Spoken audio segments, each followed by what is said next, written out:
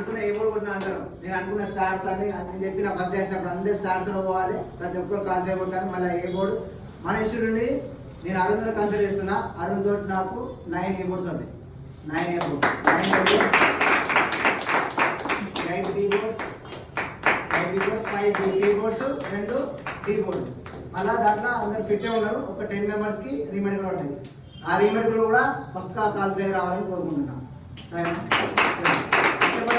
బాగా కట్టింది. నెక్స్ట్ ఒక రీమెడికల్ యూనిఫామ్తో చూడడమే ఒకటి ఉంది అంతే. మా తమ్ముడు మనోజ్ ఇలా ప్యాడ్లో కొట్టి లాస్ట్ టైం ఏమన్నా డౌట్స్ ఉంటే మా వాడు క్లారిఫై చేస్తాడు. ఏమన్నా డౌట్స్ ఉంటే అడగండి. మెడికల్ ఏది ఉన్నా కానీ చిన్న చిన్న ప్యారా పోవాలంటే ప్యారా కొంచెం చెప్తాను అంతే సరిపోతుంది. ప్యారా గురించి ఎట్లా అంటే మీరు ఫస్ట్ ఎగ్జామ్ క్లియర్ చేసుకోవాలి. ఎగ్జామ్లో హైయెస్ట్ మార్క్స్ స్కోర్ చేయండి ఏంటి లేదంటే నార్మల్గా ఎగ్జామ్లో అందరూ కొట్టి బోర్డు అంటే అందరూ ఫిజికల్లో అందరూ ఫిట్టే ఉంటారు. కాబట్టి ఎగ్జాము ర్యాలీ తర్వాత ఎక్స్ట్రా అడిషనల్ సర్టిఫికేట్స్ ఉంటే అది ఎక్స్ట్రా మార్క్స్ అడుగుతాయి.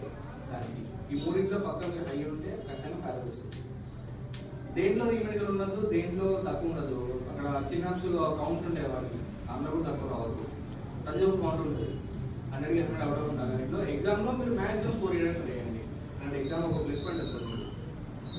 దాంట్లో ప్యారాగిల్ కోర్స్ ప్యారాలో హైట్ ఏమి ఉంటుంది. మీరు నార్మల్ తీసుకున్న హైట్ ఆ ప్యారాలో ఉంటుంది. అంతే సెపరేట్ హైట్ ఏమి పెట్టారు. మళ్ళీ ఎగ్జామ్ ఉంది. ప్యారాకి సెపరేట్ ఎగ్జామ్ ఉంది.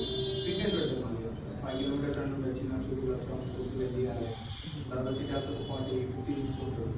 చిన్న సిటాప్స్ రౌండ్ చేసినాక షెడ్యూల్ అని ఉంటుంది. 5 minutes షెడ్యూల్ అని ఉంటుంది. అది చేయాలి.